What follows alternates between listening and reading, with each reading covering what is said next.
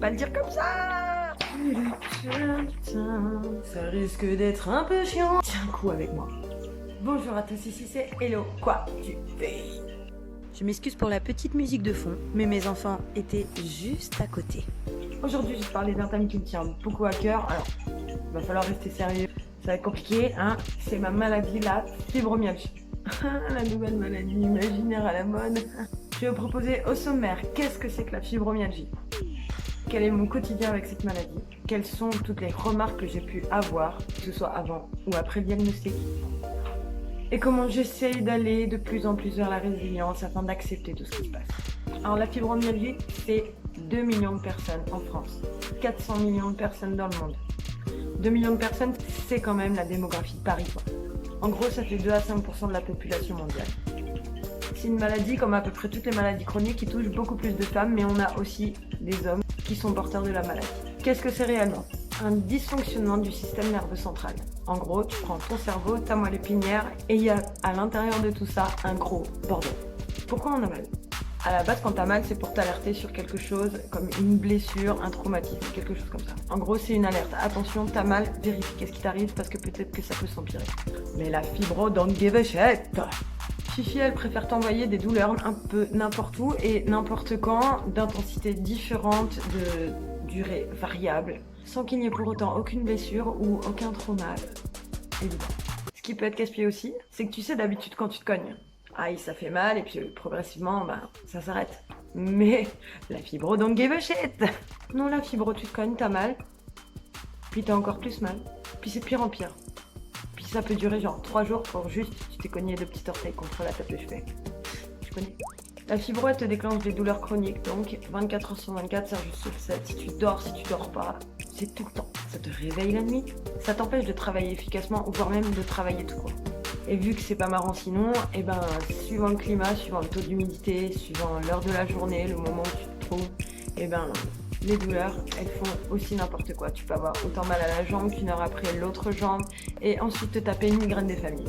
Ces douleurs chroniques, elles sont ressenties la plupart du temps comme des brûlures, des chocs électriques, des sensations d'être pris dans un étau, des raideurs ou l'impression d'avoir des tendinites en fait. Il y a aussi des troubles du sommeil. Il y a des réveils fréquents la nuit, donc en gros, quand tu te réveilles, t'es pas du tout reposé. T'es déjà fatigué. Ça peut aussi te créer des insomnies. Donc déjà que t'arrives pas à dormir profondément, et déjà en plus de ça, tu peux pas t'endormir quoi. Puis la journée, tu fais des grosses siestes, et quand tu te réveilles, t'es encore fatigué. C'est un cercle vicieux. Dans 18 à 35% des cas de fibromyalgie, il faut savoir que ça cause de l'anxiété, de la dépression, qui peut aussi en être la cause, mais la plupart du temps, c'en est la conséquence. Les douleurs, l'isolement, la perte du travail et la perte de ta vie sociale. Le fait que tout le monde te prend pour un mytho. Tout ça, ça te fait remettre en question et te dire que à quoi ça sert. Mais si t'es bien suivi, normalement, ça devrait aller. Ça provoque aussi l'asthénie. Qu'est-ce que c'est l'asthénie? C'est une fatigue en fait, mais une fatigue qui n'est pas du tout due à l'effort, au sport ou à quoi que ce soit. C'est une fatigue générale du système. En gros, t'es fatigué de vivre quoi. Ah, t'es fatigué de naissance. Ta gueule. Et il est où le problème dans tout ça? Bah, c'est la prise en charge en fait. Et de réveiller certains médecins qui croient encore que c'est dans la tête. L'OMS, quant à elle, a reconnu la maladie en part entière depuis 1992. Ce qui a permis à certains médecins de se renseigner, de faire des diagnostics beaucoup plus rapides et de pouvoir aider des milliers de personnes qui étaient dans une errance médicale depuis des années. Mais qu'est-ce qu'on fait pour aller mieux du coup? Il y a 2 sortes de traitements. En gros, le premier, c'est le médicamenteux et le deuxième, c'est le non médicamenteux. Suivant les médecins que tu peux avoir, ils peuvent te prescrire des antidouleurs, des anti-anxiolytiques, des antidépresseurs. Tous ces traitements sont là en gros pour stopper le mauvais signal qu'envoient les nerfs à ton cerveau. Les stopper ou les faire ralentir.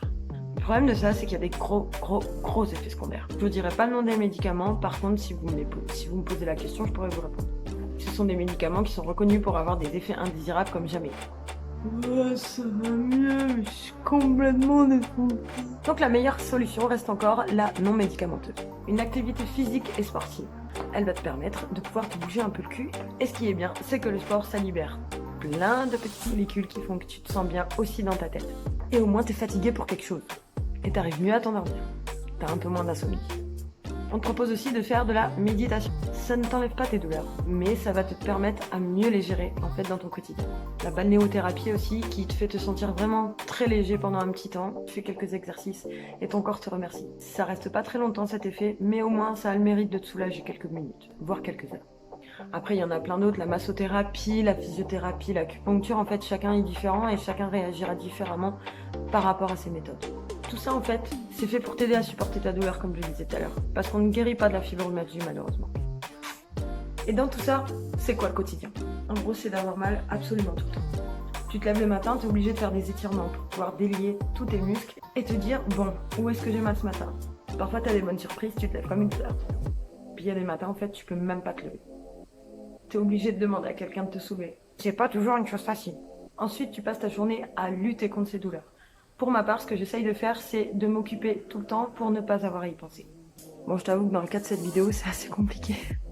Mais en fait, voilà, des gestes tout simples comme te laver, faire la vaisselle, faire à manger, ça peut être super mal vécu.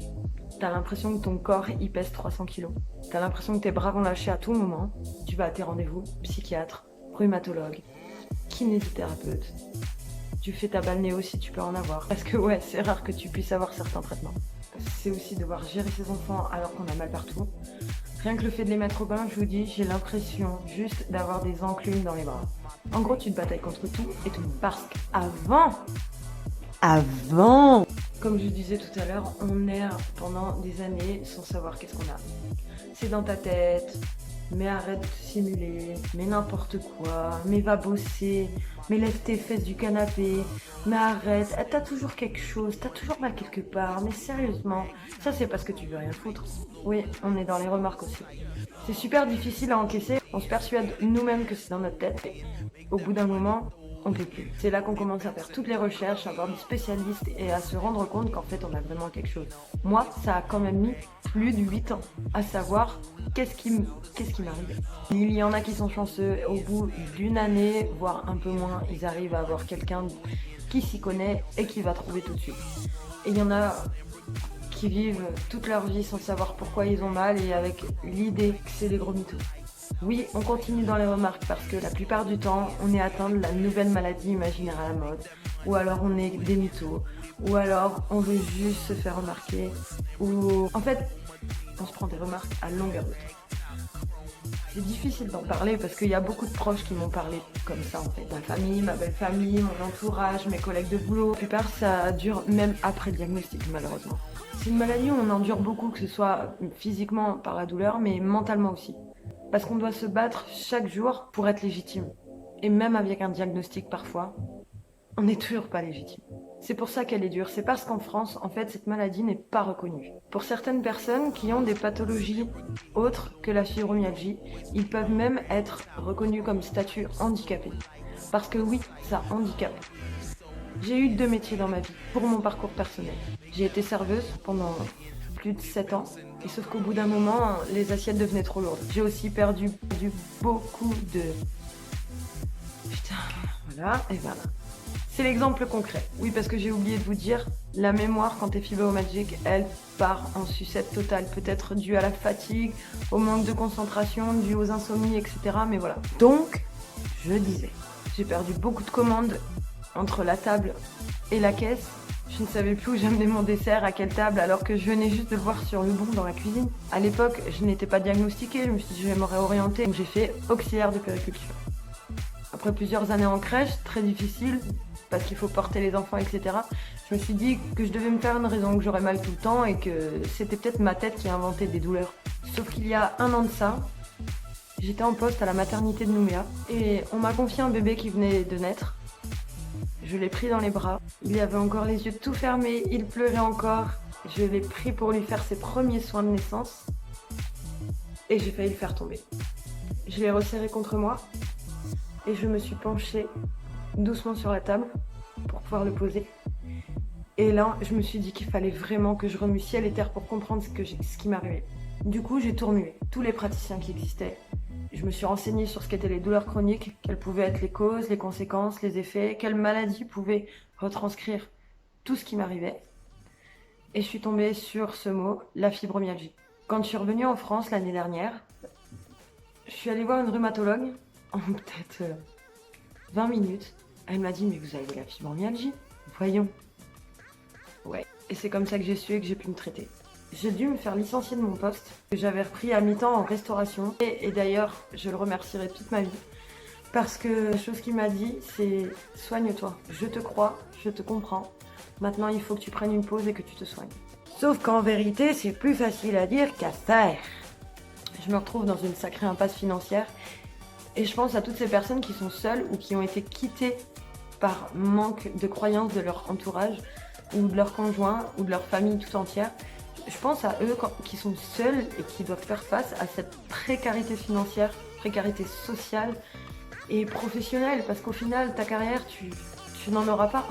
Il y a des gens qui arrivent à avoir une carrière, il y a des gens qui ont des postes qui sont adaptés. Encore faut-il avoir les formations nécessaires. C'est pour ça que moi, par exemple, aujourd'hui, je suis en train de me reformer pour pouvoir retravailler. Parce que on peut croire ce qu'on veut, mais les gens qui sont atteints de fibro, ils veulent pas rester à la maison. Parce qu'ils s'isolent encore plus. Petit à petit, comme dit plus tôt, ils peuvent tomber très facilement dans l'anxiété, dans la peur des gens, la peur de la foule, la peur de la confiance et surtout la dépression. J'ai de la chance, je suis quand même quelqu'un d'assez optimiste.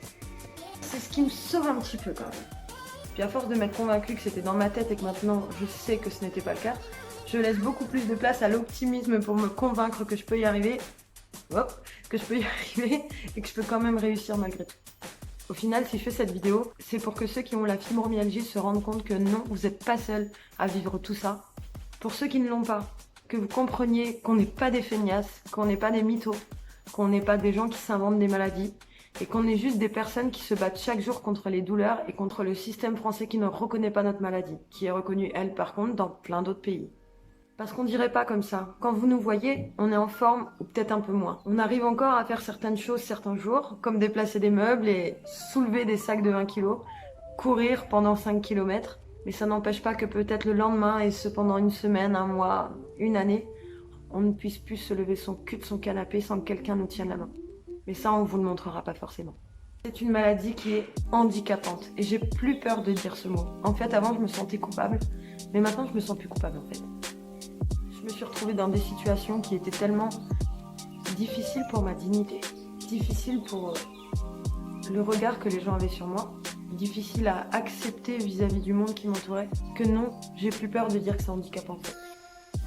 C'est une maladie qui est invisible, elle ne se voit pas, on ne le porte pas sur nous.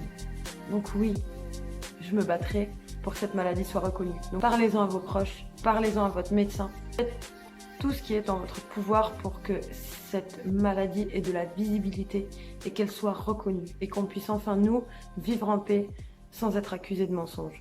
Parce que je ne mens pas quand je vous dis qu'en faisant cette vidéo, j'ai eu mal dans tout mon corps. En tout cas, je vous remercie d'avoir vu cette vidéo. Elle va peut-être être un peu longue et les prochaines vidéos seront beaucoup plus festives, ne vous inquiétez pas. Bye bye!